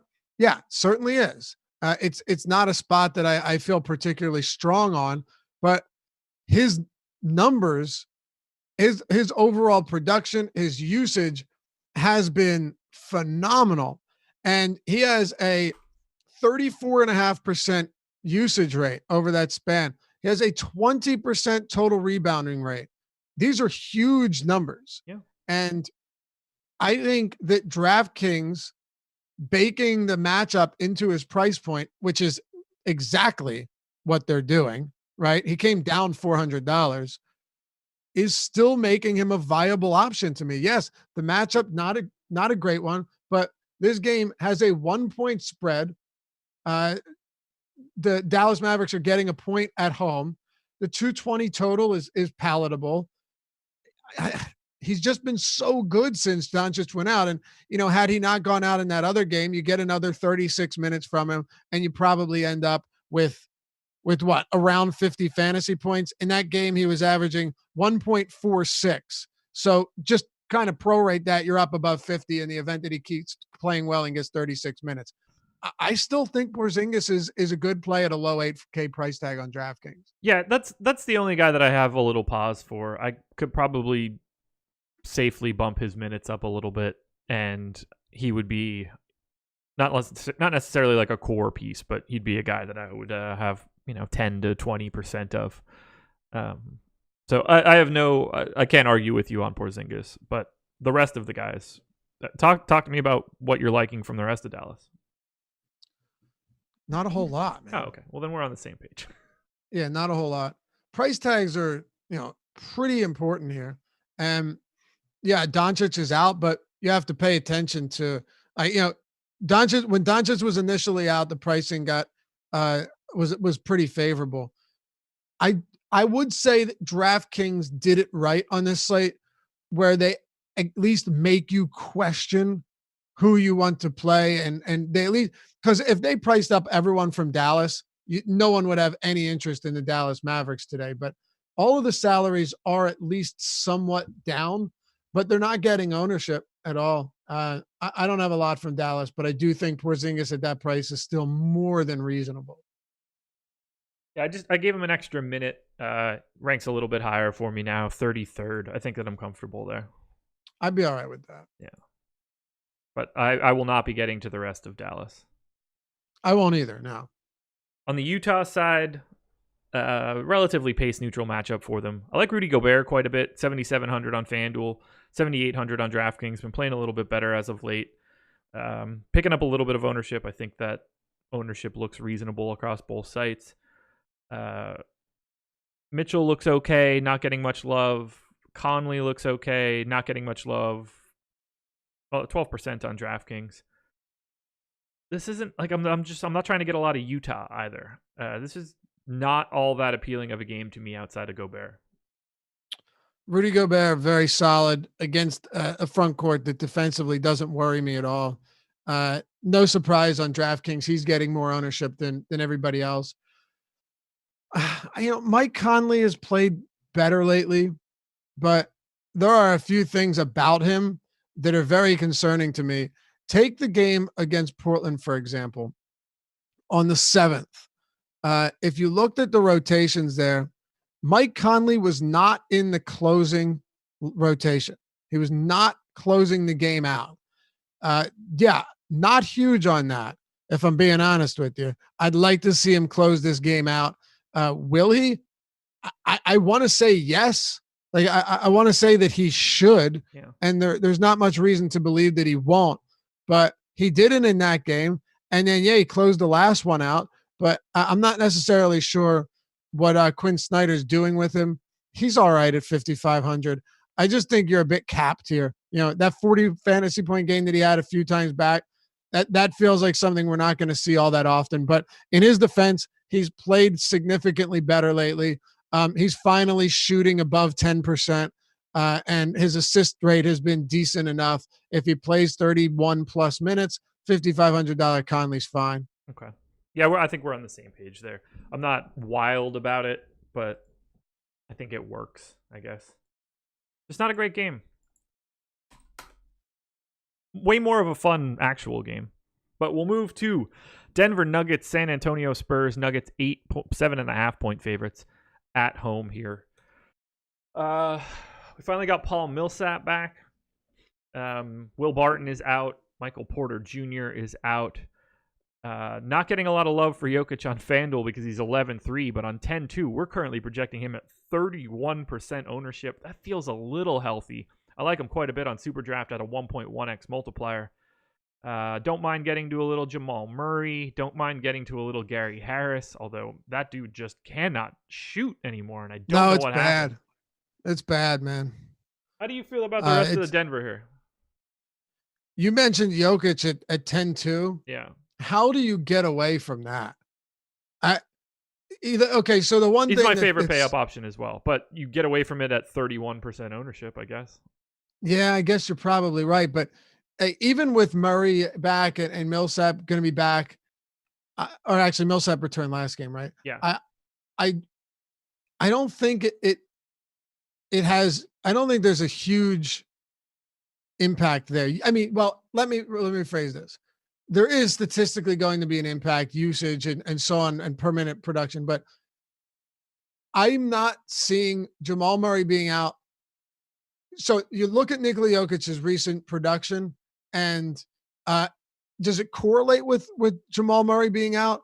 Yes, but I don't know how significant that is. I think Jokic is just playing. Do you see what I'm saying? I think he's just playing much better basketball regardless lately. Oh, he's incredible. 1.5 FanDuel points per minute. Let's see where that ranks in the last 30 days. I assume it's probably top 5. If you're taking a minutes threshold, I'd say 4th. It is 4th. Giannis at 1.9, which is unbelievable. So nuts. Kawhi at 1.68. Russell Westbrook at 1.55, and then Jokic at 1.51. Marquise Bolden 1.91 in 3 minutes, by the way. Look, I like Jokic quite a bit. He's my favorite pay-up option as of right now. If he's 31% owned, I don't like it as much. I think that's too much, especially if Trae Young's going to be like 3% owned, or Towns is going to be 1% owned. Reading something's ridiculous. It's very easy to just pay $300 more for Karl Anthony Towns at 1% ownership. It is. Yeah, this spot is so much better for Jokic, but Towns is also an incredibly skilled player that can come out here and rip off 70 fantasy points regardless of matchup. Yeah. I hate this spot for Towns. Same. But you're going to get high 30s in minutes from him, assuming it's not a disgusting blowout. You're right. Yeah, it pains me to say it, but yeah, Towns, if he's going to be that less or that have that much ownership disparity, has got to be, really someone we're talking about it and looking at going into this slate. You know what pains me? What's that? When I see that there's 670 people in here and we only have 145 likes on the stream. That's painful. You guys should hit that thumbs up button. We would greatly appreciate it. Yeah, I can't be getting to a lot of Denver outside of Jokic. Murray's fine. Not all that, like, my number 6 point guard, so I can only go so crazy here. I just don't like it. I don't like going up against San Antonio. I really don't like anything from San Antonio. A little bit of DeRozan or Aldridge I think is passable, but the more likely scenario is that I don't have a single player from the Spurs. Yeah, I mean, the matchup against the Spurs doesn't worry me. When you say you don't like going up against them, they're a bottom 7 defensive team on the season.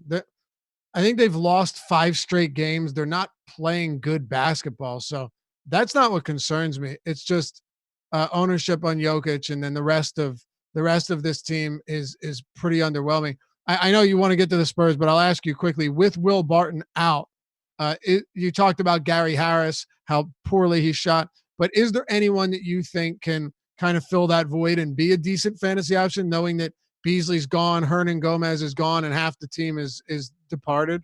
No.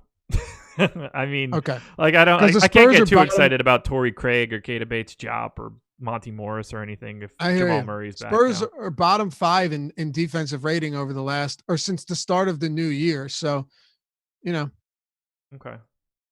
I'm just throwing it out there. There's nobody there really, but I wish there was. The guys that they have aren't DFS guys. Gary Harris, Monty Morris, Torrey Craig, they're not, and Bates-Diop and PJ Dozier aren't going to get enough minutes. So, what about McCray?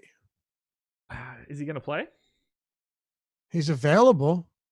I didn't put him in the rotation. I'll tell you what, man. Porter Jr. sidelined. Will Barton sidelined. He was available on Saturday, correct? Was he?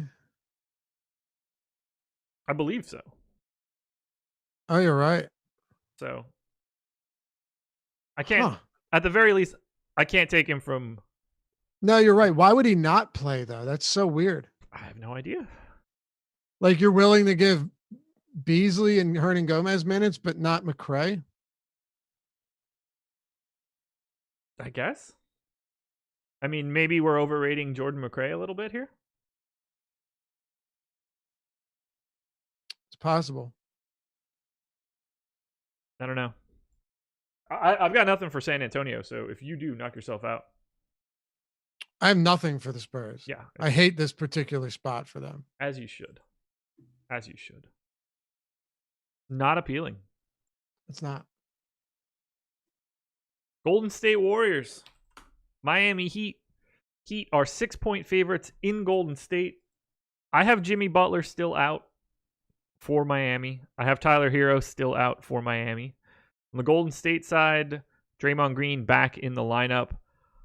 I had to add like multiple dudes to Golden State today. Juan Toscano, Anderson, Jeremy Pargo. Not a blast trying to figure this team out. Kai Bowman is at 17% ownership on FanDuel at 3,800. I get it. I probably would try to avoid that. Andrew Wiggins at 18% on DraftKings. Played pretty well in his debut. Not really interested in anything at all from Golden State. Marquise Chris's price is already high. Do you want anybody from the Warriors against Miami? No, but I think they win this game. What? Mm-hmm. You're on drugs. I'm not.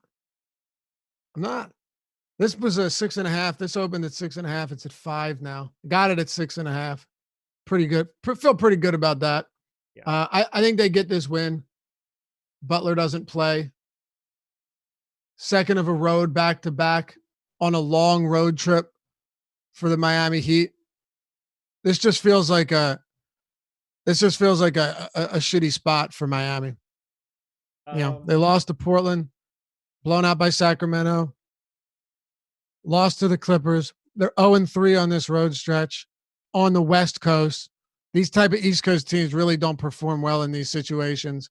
If they don't lose it, I think it still stays very, very close. And I don't like Golden State, but yeah, I wouldn't be surprised at all to see the Warriors win this game. I would be surprised to see the Warriors win this game. I mean, not like wildly surprised. They're 6-point underdogs. That's like 60-40. Oh my god, this sex bot is really on one today. Ooh. Gotta hit it again quickly. Gotta hustle. Let's see, what's the word I need to ban here? H3R3. Gotcha. Later on, Sexbot. Spider Mitchell. What's the I don't know how it works. Spider Mitchell played at the private school I work at.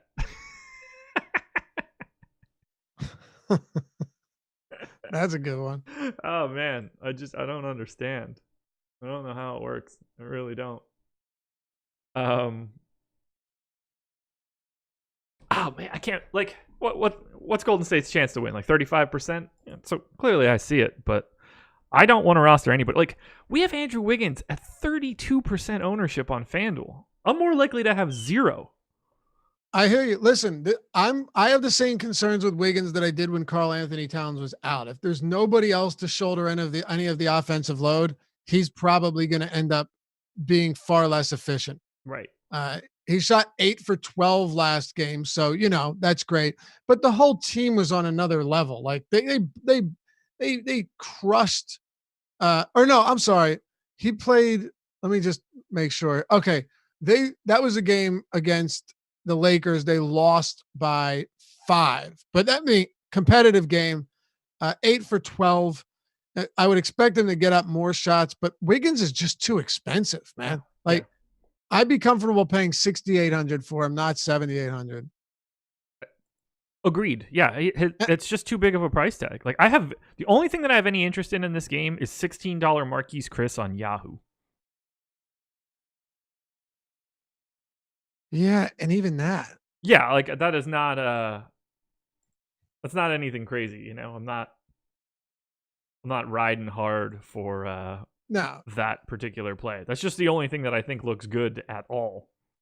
Like I said, just because I think the Warriors can win this game, down to 4.5 now, certainly doesn't mean that makes them solid fantasy options. Right. I don't see it. I guess the Damian Lee at 5,100 isn't the craziest idea. But even in last game, he played 22 minutes. So I guess you would expect his minutes to come back up into the 30 range, but plus Miami, even without Butler, is still a decent enough defensive team. There's just not a lot I like here. And quite frankly, from the Miami side, I'm not in love with it. So I'm in love with it on the Miami side. 8,500 on FanDuel, 8,200 on DraftKings right now. 1.4x multiplier. This is Bam Adebayo, one of my favorite plays of the day. Made my top 10. Might be the best play on Superdraft today, actually. I love getting here. I got him in for 35 minutes. He should be able to dominate this Warriors team. I don't have any issue with the price. Minutes are massive. I like the idea of getting to a little bit of Jay Crowder. Played big minutes in his debut. If Butler and Hero are still out, I think Crowder is going to be a really big piece for Miami. Fits in pretty much every lineup. 4,200 on FanDuel, 4,500 on DraftKings. Again, Golden State's defense is terrible. I'm happy to take a shot at a 0.8 fantasy point per minute Jay Crowder. And I'll be willing to go back to Goran Dragic at essentially zero ownership. I really like the top end of Miami. Did you say you have Butler out? Yes. Okay, yeah, so do I. Ownership on these guys for DraftKings is really low. Right now, the projected highest owned player on the Heat is 6% Bam Adebayo. Right. And I would have 25. Would you? I think so, yeah. I think that makes sense to me. What about I guess that doesn't really matter. I was going to say, what about Kai Bowman on the other side? But these guys are just shit bags. Yeah, I don't think that he is going to matter by the time we get closer to lock. Sorry if you mentioned it. Do you have Tyler Hero in or out? Out. Okay. So ownership is going to change once the Butler news comes in, though. So that's no the thing here. Right. If Butler comes in, it's going to move stuff around a little bit. I'll still like Bam Adebayo, though, one way or the other. Yeah, I'm fine with that. And I do think that at least, like I said, I'm not huge on Miami, but if both Hero and Butler are out, Goran Dragic falls into a 30+ minute per game role against Golden State, sub 6K on DraftKings. I can 100% see myself getting there. Kendrick Nunn's a little bit different. I would still expect the big minutes, but Dragic is just a more reliable player. He can give you peripherals, whereas with Nunn, if he's not scoring, you're getting none. See what I did there? Don't be proud of yourself. See what I did there? Oh my God, they're back again. We're almost done. Just fucking let it happen. No, dude, it goes off the reservation. It's really rough. It's nonstop. It's nonstop. But I've got everything like up in front of me, so they're already gone now. You don't think McRae plays today? That's an actual. I liked it 4 times. How does this bot do this? It's incredible. We're so smart. We've created human beings that can basically interact with each other. If they didn't have stupid names on the bot, and if it was just like Jim Smith, I'd never even notice. Nope. Not at all. All right, let's close this bad boy out. Los Angeles Lakers, Phoenix Suns. Lakers are 12.5-point favorites at home. This is a 2-man race for me from the Lakers side. It's LeBron and AD. They're both at 30% ownership on FanDuel. They're both in the teens. Well, 11% for AD on DK, 18% on LeBron on DraftKings. I slightly prefer Anthony Davis on both sites, but these are just the 2 guys you want. They both look great. DeAndre Ayton might be out. I don't know what that means for Phoenix. They are thin, so as it is in their front court. So that could open up interesting minutes for Dwight Howard or JaVale. But ultimately, it's LeBron and AD. I prefer AD mildly. I prefer LeBron on FanDuel just because of the positionality. There's so many power forwards that it's easier to get away. I don't have anything else to say about the Lakers as of right now. Yeah. I mean, so I'd also think that you'd want to lay the points on the Lakers if Ayton ends up being out too, because I would think it moves even further away from 12.5, right? Oh yeah, no doubt. Right. I mean,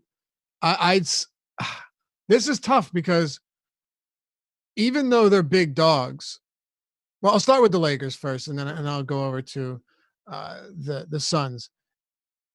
I like LeBron James at his price Do I worry about a blowout? Yeah, I guess a little bit, but I still prefer him here in a pretty appealing position. When you compare him to the rest of the field of top price guys, Giannis might not play. Luka's out. Then you have LeBron, you have Towns, Davis, and Jokic, and Trae Young. So we do have a decent amount. We don't have any James Hardens on this slate. You do have Giannis, but like I said, he might not play. Where would you put James in terms of priority of the 10 and up guys, $10,000 and up guys? Like I said, Young, Jokic, Davis, Towns, James, and we'll assume Giannis is in. That's 6 guys above 10K on DraftKings. I would go Jokic, ignoring ownership. Jokic, Trae, Giannis, AD, LeBron, Towns. Okay. Okay. Factor. I'm sorry. Did you say ignoring ownership? Ignoring ownership. Yeah. Ignoring ownership, I'm with you. Now factor ownership in. I'm asking you to do this off the top of your head. Yeah. Trae Young, Anthony Davis, Nikola Jokic, Giannis, Karl Anthony Towns, LeBron James. Wow. So, okay. Even at that, because you mentioned earlier, Towns being at that very low ownership, that's still not enough to bump him up among those guys for you. Well, I don't think that he's actually going to be 1% either way. I think that number is probably like 5 or 6 anyway, and it makes the relative ownership here. And I expect Jokic to go down. I think Jokic comes down to like 20. Agreed. So I don't think that the gap is as big as it is right now. That's fair. Go ahead. I was just going to say, when it comes to LA, it's against Phoenix. It's a game that you should expect to feature plenty of points, which makes it a little bit more appealing. 228.5 total. But I'm not prioritizing anybody from the Lakers today. There's not a single player I'm prioritizing. Do I like a few of them? Yes. There's nobody that I feel the need, or I don't feel compelled to get any of these guys into my lineups, and then I'm going to get hurt if I don't. I'm with you on that end. That's for sure. On the Phoenix side, look, I don't have any interest in DeAndre Ayton if he is in. If he is out, all hell is going to break loose for this team. Yes. And you're going to be firing up a lot of Check Diallo, unfortunately. Yep. But I'm treating Ayton like he's in right now. And if that's the case, Kelly Oubre, 6,700 on FanDuel is a no-brainer to me. And I think that Ricky Rubio is slightly overowned. If I get to a little bit of Devin Booker, it's fine, but he does not grade out all that well for me in this spot. Lakers defense is just pretty scary. 107.75 implied total for Phoenix. Not the best.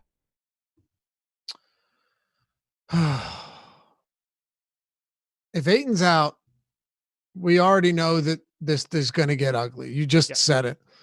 Aaron Baines is already out. Frank Kaminsky's out. So check Diallo. And then does Tariq Owens, I guess Tariq Owens with the team right now? I'm assuming he is. Huh? Terrell Owens? No, Tariq Owens. I'm assuming he still was. He played on the 3rd, but I truly don't know. If those 3 are out. Oh, and also Dario Saric is out too. Yep. So you might get 30 minutes from Diallo, or I don't know if Amani Williams wants to do that. I honestly think you would get Check Diallo, regardless of matchup, has to come into play as one of the best overall values on the slate if Ayton's out. That's way too many bodies. They'll be missing 4 bodies, 4 somewhat key bodies in the front court. All of those guys when Ayton was out, put it this way. Dario Saric, Kaminsky, and Aaron Baines, all of them filled a huge void for Ayton. They were all pretty integral parts while he was out. Yeah. It's like, how much Check Diallo do you think you end up with if DeAndre Ayton gets ruled out? They don't have anyone else. I know. Like, there's nobody else here. So my initial assumption, and again, this is just me running everything in my head based on what the rotation looks like. My initial assumption is that Check Diallo becomes one of, if not the best overall value play on the slate. Outside of, I'd say, Oladipo probably. I would have him as my top value play because I'd be giving him 30 minutes. I agree. I completely agree with you. He becomes the best value play on the slate if DeAndre Ayton is out. Yeah, and he's a 1 fantasy point per minute guy. Yeah. Do I expect him to average that across whatever, against the Lakers? No, but you in this matchup, this is another key factor. In this matchup, you can't just be like, screw it. We'll run Kelly Oubre at the 5 against McGee and Davis. No, he's going to get eaten for breakfast, lunch, dinner, everything. Brunch. Yeah. Midnight snack. Yeah, he would just get eaten up. All right. Let's sum it up. Favorite plays on DraftKings? Well, Diallo, if Ayton's out. Sure. Definitely. Victor Oladipo. It's crazy, but Christian Wood is actually one of my preferred options. Yeah. At 7,200. Who the fuck would have thought that? If Russell's out, I'll probably load up. I know there's some contingencies here, but there's a lot that we're waiting on, and it's really important news. Malik Beasley will be somebody that I get to. Among the high-priced guys, we'll wait on Giannis if he's out. Bledsoe and Middleton and Ersan Ilyasova, all of them top options. But right now, I really do like Nikola Jokic. I do like Trae Young a lot. The list goes on, but just trying to give you a few mid-range guys, a few at the top, and a few at the bottom. That's where I stand right now. I'll throw Serge Ibaka in there. I think he's also a very good value or mid-range value. All righty. On FanDuel, give me Reggie Jackson at point guard, De'Aaron Fox, Kyle Lowry if he is in. At shooting guards, loaded. Kevin Huerter, Bruce Brown, Fred VanVleet, Karis LeVert, D'Angelo Russell if he plays. Small forward, give me some Oubre, give me some Jay Crowder. I don't mind paying up for LeBron or Giannis. At power forward, loaded. Bam Adebayo, Christian Wood, Domantas Sabonis, John Collins, Serge Ibaka, Aaron Gordon, Harry Giles, Anthony Davis. It's going to be really difficult to pick out those guys, but Bam Adebayo is my favorite as of right now. And at center, my two favorite guys, Rudy Gobert, Nikola Vucevic. Done. Hour, 51 minutes. Talk burgers, chicken sandwiches, and the like. Got tons of content coming up later today. Shout out to Superdraft for being the presenting sponsor of this show. I will give you my top Superdraft plays right now, and then we'll get out of here. Top 5 Superdraft plays as I have them at 11:30 a.m. Eastern Time. Bam Adebayo, Kristaps Porzingis, Nikola Jokic, Anthony Davis, and Jamal Murray, 1.5x multiplier. Lofty, anything else? Man, fun show. I'll be waiting, patiently waiting your experience at Wendy's or McDonald's, Burger King, wherever you so desire, and see how they respond. Because my assumption, they have no idea what you're talking about when you ask for a beef and cheese sandwich, but I will be here. I will be waiting. There you go. Go get your beef and cheese Sammys today. Enjoy your lunch. Best of luck today. We'll talk to you later.